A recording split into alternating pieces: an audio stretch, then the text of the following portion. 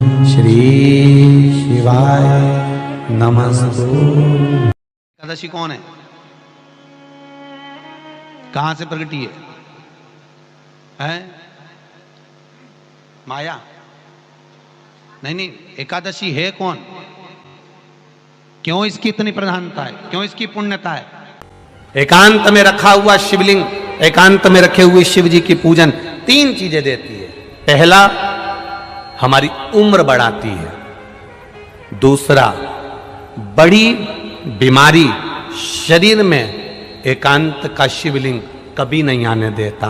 और तीसरा, हमारे जीवन में कभी वैभव की, सत्ता की और लक्ष्मी की कमी नहीं आने देता। ये एकांतेश्वर। ऐसा क्या है एकादशी में जो इसकी पुण्यता मानी जाए? कौन है ये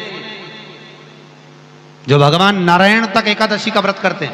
सुभद्रा जी को भगवान जगन्नाथ ने, जगदीश ने एकादशी का व्रत कराया था। बद्रीनारायण भगवान को माता लक्ष्मी ने एकादशी का व्रत कराया था। क्यों? चंद्रायण एकादशी व्रत की माता। एकादशी है कौन? तो कहा जिसको व्रत करने पर भगवान नारायण भी जिसका व्रत करते हो, भगवान माता लक्ष्मी जिसका व्रत करती हो, वो एकादशी है कौन? तो शास्त्र वर्णन करता है महाराज। स्कंद पुराण का सुंदर चातुर्मास्य खंड के अंतर्गत वर्णन आया है महाराज। एक बार भगवान विष्णु आनंद में विराजमान थे। पद्मावती और माता लक्ष्मी दोनों उनके पास में विराजी हुई थी महाराज, दोनों बैठी। भगवान लक्ष्मी और पद्मावती दोनों बैठी, एक सिर के पास, एक चरण के पास।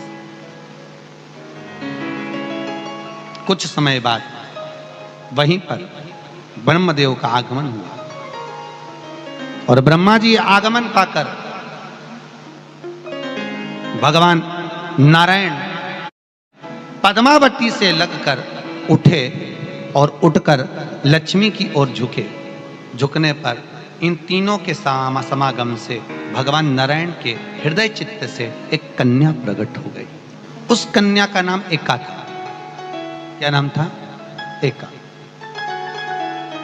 अब 10 उसके गुण इतने प्रबल थे, वो 10 गुण उसके बड़े प्रबल थे कि वो एका जिसको निहारती थी उसको संपदावान बना देती थी।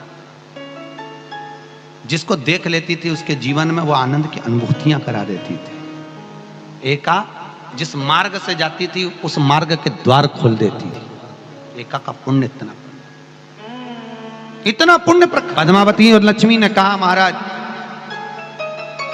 ये बेटी आपके द्वारा निर्मित हुई है, इसका कन्यादान करना चाहिए। हमारे यहाँ हिंदू धर्म में रीति है, जिस दिन कन्यादान करा जाता है उस दिन व्रत रखा जाता है। अब आजकल रखते कि नहीं रखते हो मालूम नहीं, और कन्यादान करते समय व्रत रखा जाता है। व्रत रखना, एका का कन्यादान करना है। भगवान बोले कन्यादान करें, किसको दें? एका किसको दी जाए? एका प्रदान किसको करी जाए? पुण्यता किसको दी जाए? भगवान नारायण ने उसी समय लक्ष्मी और पद्मा से पूछा, तुम बताओ। पद्मा लक्ष्मी दोनों एका से पूछी, एका बताओ इसका पुण्य, हम आपका हस्त कमल आपको प्रदान किसको करें, हम किसको दें? एका कहती है पिताजी। भगवान से कहती है नाथ कृपा करिएगा, मेरे को अगर प्रदान करना चाहती हो, अगर मुझे देना चाहते हो तो एक काम करो। यदि आप देना चाहते हो तो भगवान एक काम, माता ने कहा कि पिताजी अगर कुछ देना चाहते हो तो ऐसी कृपा करो, संसार के मनुष्य अगर मृत्यु लोक में आकर के अंदर 2 एकादशी का भी पुण्य भाग अगर ग्रहण करते हैं तो ये एका उनकी होती है और वैकुंठ का राह खोल देती है। इनके जाने से पहले अगर मैं प्रवेश करती हुई जाऊंगी और इनके मार्ग को सुलभ बनाती हुई जाऊंगी। वो एका 10 गुण के कारण एकादशी। व्रत का सबसे पहला नियम, एकादशी व्रत का सबसे पहला नियम है कि आप जिस दिन व्रत करो उसके एक दिन पहले भक्ति का संचार इस हृदय में कर लो। भक्ति का संचार इस हृदय में कर लीजिए। जिस दिन आप व्रत करो, जैसे एकादशी का व्रत कर रहे हो तो दशमी के दिन शाम का समय जब आवे, रात्रि जब होने लगे, शाम का समय आवे और रात्रि का आप जब भोजन ग्रहण करो तो उस भोजन में कोई ऐसा पदार्थ ग्रहण मत करिए जिस पदार्थ के कारण आपकी एकादशी बिगड़ जाए। एकादशी का दूसरा नियम बहुत ध्यान से सुनिएगा।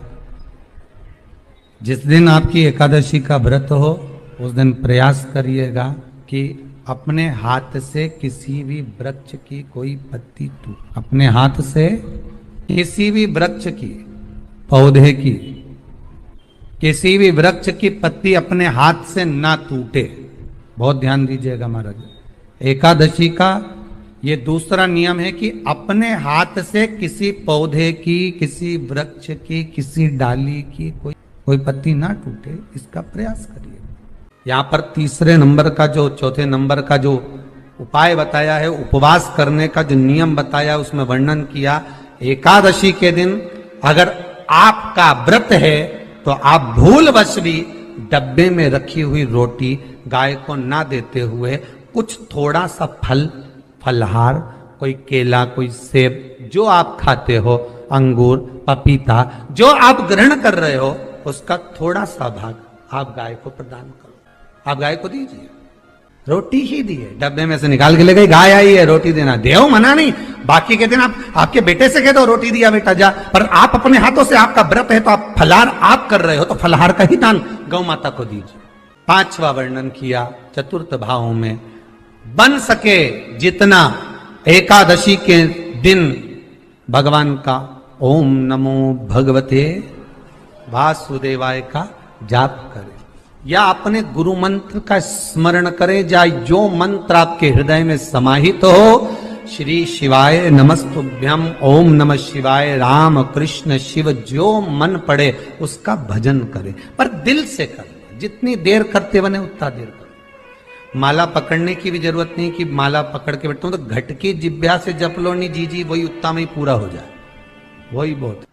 महाराज पांचवा नियम कहा, जिस दिन आपका व्रत रहे किसी निंदक से बात ना करें। निंदक जानते हो, भाई दूज के दिन, दिवाली की जो भाई दूज होती है ना, होली दिवाली की जो दूज होती है, उनमें ऐसा गोबर का भाई दूज बनाते हैं और पास में एक चुगलखोर भी बना है और चुगलखोर के ऊपर ऐसा भाटा धर दे, एक पत्थर।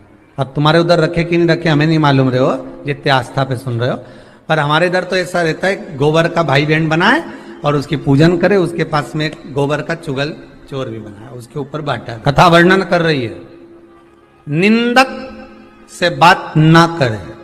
मान लो किसी ने आकर आपको निंदा कर भी दी तो तुरंत सूर्य नारायण भगवान का दर्शन करें और 3 बार उनका दर्शन कर कर नेत्र बंद करें, तब जाकर वो निंदा जो अंदर गई है, अंदर पवित्रता प्रदान करेगी, तब जाकर एकादशी का व्रत लगेगा। पहले तो प्रयास करो, अगर जो निंदा करने आता है ना तो उसको उस दिन एकादशी वाले दिन दरवाजे पे लिख दो कि चुगल चोर। फिर कहा जीव की हत्या ना करे, अगला नियम है, अपने द्वारा जीव की हत्या ना हो, प्रयास करना, किसी को कष्ट ना हो। 18 नियम में से एक नियम और, प्रयास करिएगा एकादशी जब भी करें तो द्वादशी से जुड़ी हुई करें, दशमी से जुड़ी हुई एकादशी कम करें। जो वैष्णवों की एकादशी कौन सी होती है? जो एकादशी द्वादशी से जुड़ी हो, दशमी से नहीं। दशमी से जुड़ी हुई एकादशी व्रत कहलाती है और द्वादशी से जुड़ी हुई एकादशी पुण्य फल प्रदान कर कर वैष्णवों को भगवान के चरण में छोड़ आती है। इसलिए एकादशी द्वादशी से जुड़ी हुई होना चाहिए, वैष्णव एकादशी। फिर अगला वर्णन किया गया, महाराज शास्त्र कहता है, अगला वर्णन जो किया गया उसमें बताया, प्रयास करें जिस दिन एकादशी हो उस दिन घर में बुआरी झाड़ू आदि जो लगती है वो दूसरा लगा लें। क्यों? उसका वर्णन है, अगर आप बुआरी लगाएंगे, झाड़ू लगाएंगे, पोछा लगाएंगे तो हो सकता है कोई जीव आपके हाथ के द्वारा मर जाए। अब एक बार ये कथा हमने काशी में कह दी थी, कहां करोगे? सारे व्रतों में केवल एक व्रत ऐसा होता है एकादशी का, जिसका उद्यापन पहली एकादशी पर भी कर सकते। सारे उद्यापन में केवल एक उद्यापन ऐसा होता है, सारे व्रतों में एक व्रत का उद्यापन ऐसा होता है, वो है एकादशी का। ये जरूरी नहीं कि 26 पूरी होगी तभी तुम करोगे, या तो पहली में ही कर लो या फिर 26 पूरी हो तब कर। पर उद्यापन, अगर तुमको ऐसा लगे कि हाँ मैं अभी तो जीऊंगी हो, अभी तुम्हारा बाल भी धोला नहीं हुआ, तुमको ऐसा लगे तो अभी तो पहली पर करने से क्या फल मिलेगा?